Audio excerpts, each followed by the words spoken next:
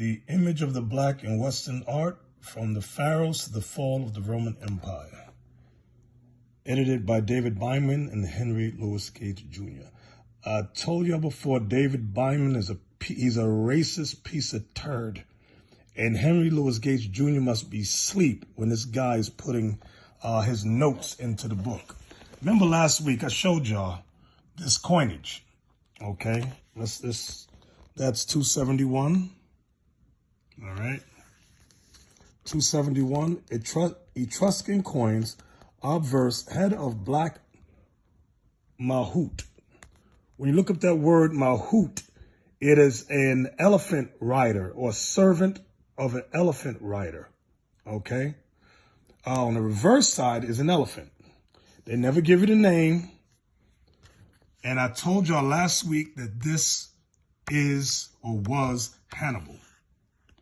This was Hannibal. And he was well known. He was famous for taking war elephants across the Alps to take Italy during the Punic Wars. All right. And there's a Hebrew character right there, Hebrew letter, ancient Hebrew letter. So now I'm going to go into another book to show you who this brother is. Who is this brother on this coin? And like I said before, who puts the image of a slave or a servant or an elephant rider on a coin? Huh? Without having done some monumental feat that you became famous for. Let's go into this other book. All right. African presence in early Europe. Editor Ivan van Sertima.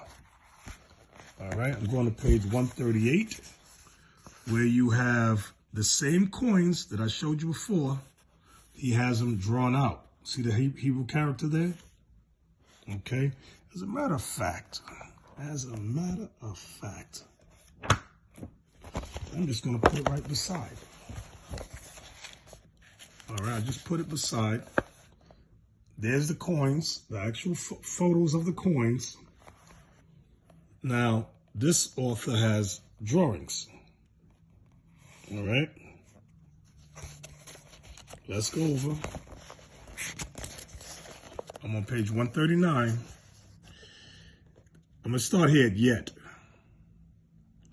Yet Snowden claims that these are representations of some of Hannibal's Mahouts, elephant riders, while other Africanist historians claim this is Hannibal himself. The Carthaginians rarely used coins or statue or stele to depict a figure not in the pantheon of gods or in the aristocratic hierarchy, and would deny a figure's centrality or prominence to indicate its comparatively lower social plane of stature. We would therefore like to know which European speculator started this story about these coins representing Mahouts. You see that? So even this author knows that this is Hannibal himself. Hannibal.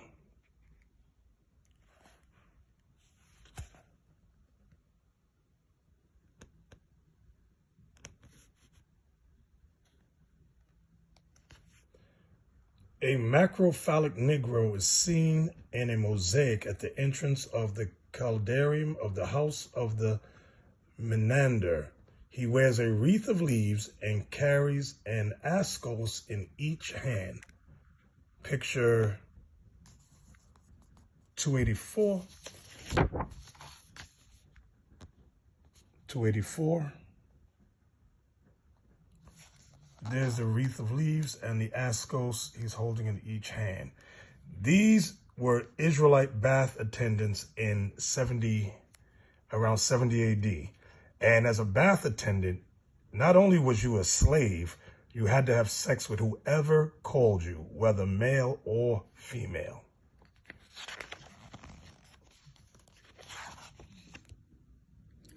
All right, we're going to look at picture 347. It says, we may mention the slave of the baths of Timgad, whose natural endowments are superb. Picture 347. Picture 347. Let's pull back. So they had Israelites as their bath attendants, and in these baths, we were slaves to whoever we had to have sex with them and all kind of things.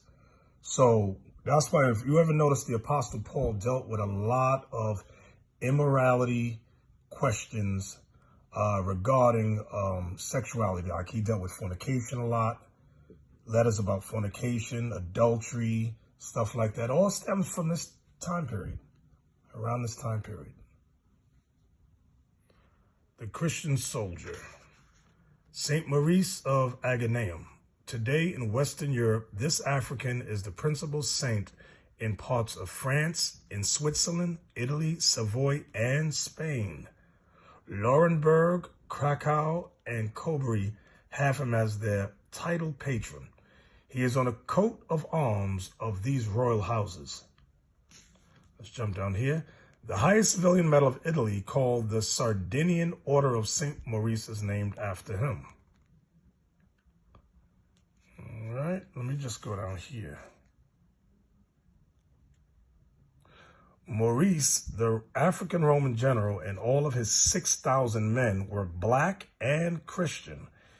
He was ordered to a place called Agnaum, which was in present-day Switzerland. His orders from Roman Emperor Maximian was to put down a rebellion. There was nothing unusual about this assignment, since Europe or Gaul had been a concern of Rome occupational government for 3 centuries. The confusion arose after Maurice arrived. He found the rebels to be Christians who were objecting to Emperor Maximian's persecution of their fellow Christians. Maurice sent a message to the emperor saying he would not fight or kill these Christian rebels.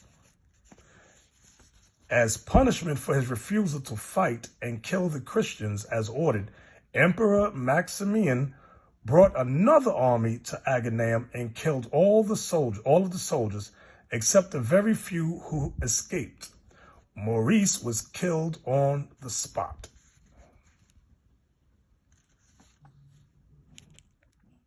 All right, let's go. Start right here. In the 14th and 15th century, so this is the 1300s and the 1400s, Judeberg received a certain number of new monuments. Among them, the Church of St. Nicholas, in which St. Maurice was particularly favored. If we judge by the fragments of the altarpiece, we're going to take a look at this altarpiece, executed around 1425. So this altarpiece we're going to look at was made in 1425 for the former high altar. The statue in polychrome wood shows us an already familiar type of Maurice with woolly hair. Remember, Christ had woolly hair. With woolly hair and thick lips. The painted panels now set up as an enclosure for the choir give us more significant information.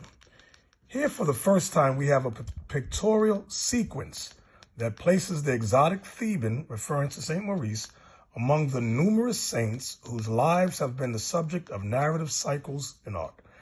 It was logical to suppose that the baptism of a personage so firm in his faith must itself have been extraordinary, and it was tempting to paint that event, although no text related it.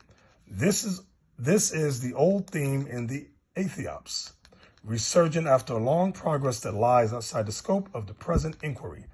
Here, watch this. The refusal to renounce the faith, meaning renounce the faith of Black Christ and sacrifice to the gods of pagan Rome, is another frequent topic.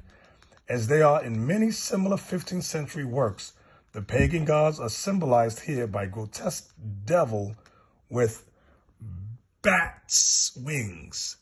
The hero's refusal leads to his beheading. That's what we just read about when the Emperor Maximian had him put to death. The hero's refusal leads to his beheading in the presence of the emperor, Emperor Maximian. It is important for us to emphasize that Maurice is brought before the emperor 3 times and that the emperor is a negative personage, treated here in an obvious, unfriendly way.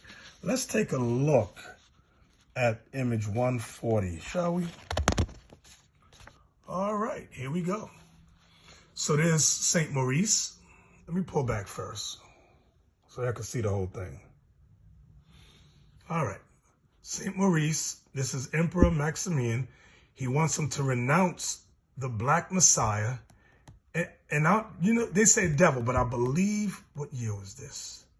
Yeah, okay, this is still Antichrist time. Antichrist, I'll just word it like that. Okay. This is when he was baptized. This is when he was brought before the emperor several times. And this is when the emperor had him beheaded, put to death, for refusing to carry out the emperor's ungodly order of murdering his fellow black Christians that followed the Black Messiah. All right, let's take a look at 132 and 133. Do y'all see that? Now, let's see who David Bindman says image 132 and 133 are. 132, Saint Maurice. 133, Saint Maurice. Everybody's Saint Maurice. When you go through this book, David Bindman puts every black person as Saint Maurice. So let me see who this guy is. Page 120, picture 126. Oh, look, statue of Saint Maurice. 114 through 116, statue of Saint Maurice. 1240 to 1250. Do y'all see Saint Maurice in armor, chainmail on his head, covering his woolly hair? Notice the nose, the thick lips, the very, very dark skin, black. Armor.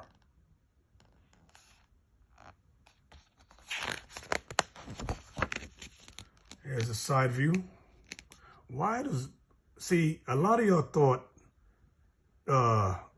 Christianity came up much, much later for black people. All the prophets were black. All the Christians, the original Christians and Jews, were all black. That's what you're looking at. All right. Picture 146.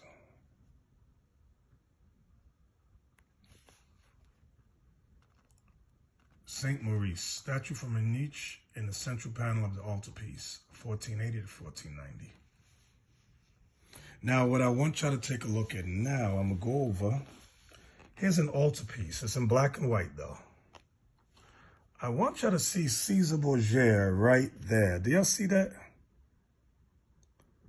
Caesar Borgia.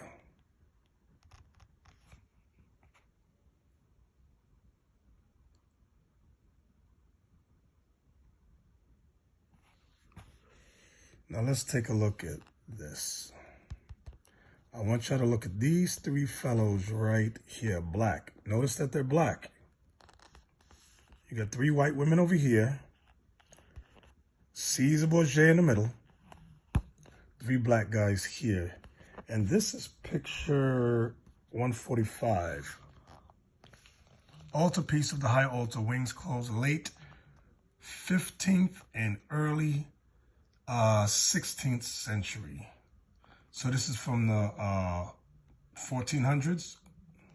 Remember, it was the 1400s when this was introduced, the white Jesus. But my focus now are these three guys right here. Okay, now we got it in color. These are the same three brothers in color. I want you to see how they're dressed. These are not slaves. This is picture 153. Let's see. Jenna von whatever. Three companions of Saint Maurice. Interior of the first wing on the right of the altarpiece of the high altar, dated 1511. So these are three companions, three friends of Saint Maurice. get some more. 156, statue of Saint Maurice. Cape and armor.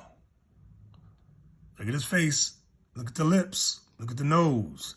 This is a black man, not a slave. This was a general in the military. 157, Saint Maurice and his companions. I want y'all to see all of these black men here. There's Saint Maurice there, and look at all his companions. Remember, he was over 6,000 black Christian soldiers. Look in the background. Black. Do y'all see that? So don't let people fool you into believing we were not Christians. We were Christians. Okay, we were in the military. And I want y'all to see how he's dressed also. He has the shield with a coat of arms with a black man's face on it, armor, cape. That's picture 137. 137, statue of Saint Maurice. All right, let's watch this. When our research has been carried a good deal further, we shall have to look closely into the attitudes of the people of the 13th and later centuries towards blacks and Muslims. I want y'all to notice how he has it worded. Blacks and Muslims. Blacks and Muslims. As if no black was a Muslim. But it seems like he's making a distinction here between blacks and Muslims. Let's find out why. Blacks and Muslims who had accepted Christianity. At present, we do not know enough to come to a conclusion. At any rate, the baptism theme spread after 1250 in Aragon, as well as in Castile. An Aragonese fuero statue issued in the second half of the 13th century indicates the will to facilitate such conversion. Baptism, and with it, the social and moral rights attaching to it, was to be granted to any Jew or Muslim, who sincerely desired to convert to Christianity. Notice here he says Jew or Muslim here, but just above he got blacks and Muslims. Do y'all see that? Can you catch on to that? Can you dig it? Blacks and Muslims, Jew or Muslim. Letting you know that the Jew is the blacks. Now this whole process is called making us conversos, when they forced us to convert to Christianity. Now let's see what it means by who sincerely desired to convert to Christianity. Ain't nobody got time for that. Let's go. Wait, what? This is 52, image 52.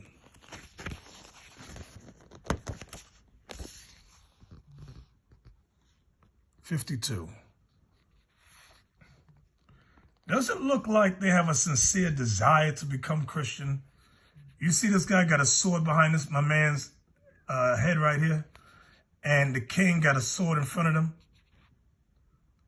This don't look like sincere conversion. This looks like forced. That's where they got the term converso.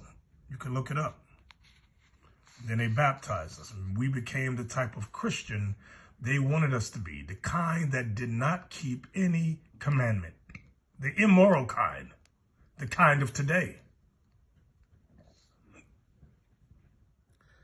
The most astonishing of these pictured strips in here has a very different bearing. It gives us a new example of the black slave, christened servitor in the text. This is the illustration of Cantiga, 186 in 6 scenes. We give here a translation of the legends that appear under each of the scenes. This is what the picture I'm about to show you is about. How a lady was asleep and her mother-in-law sent one of her Moors, one of her blacks, to dally with her. Y'all can look that word dally up. It deals with sex. Sleep around with her. How the old mother showed her son how his wife was bedded. How they went to call upon the justice and surprised the two of them sleeping.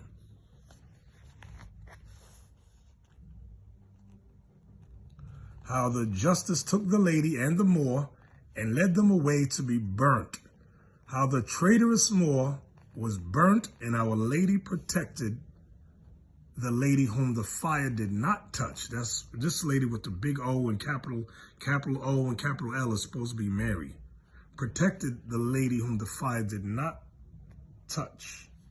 How the lady told of her mother-in-law's deception, and all were loud in their praise of Our Lady. Let's look at this scene.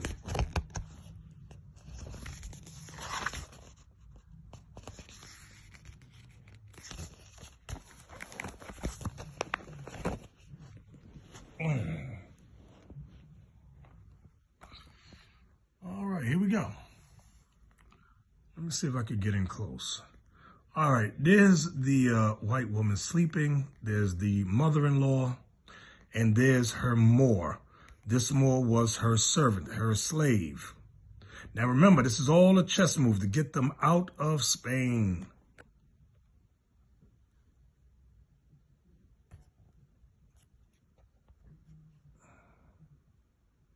All right, so here we are.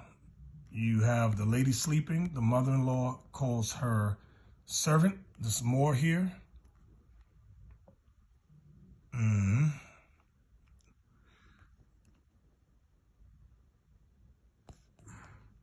Then the mother-in-law calls her son, the son-in-law, the husband of the wife, and shows them sleeping in bed together. Then they call the justices. These were the justices, and they wake them up. All right, the mother-in-law is accusing her Moor of having what they call it, miscegenation, interracial relations. All right. They take the Moor away. They tie him up, carry him away. They bring her, the adulterous woman, out too. Then they set the Moor on fire, but the white woman was spared torment by Our Lady, the ever virgin. You're right. And they stood around and mocked the black man being burned alive. Then the woman is set free. Mary's there with little baby Caesar Borgia. You can't make this stuff up. But all of this was chess moves to getting the Moors out. And as you know, in 1492, under Nicholas V, they set up the papal bull where they had us go into the transatlantic slave trade. And this is no different than what you see being done in the 60s when they burnt us alive.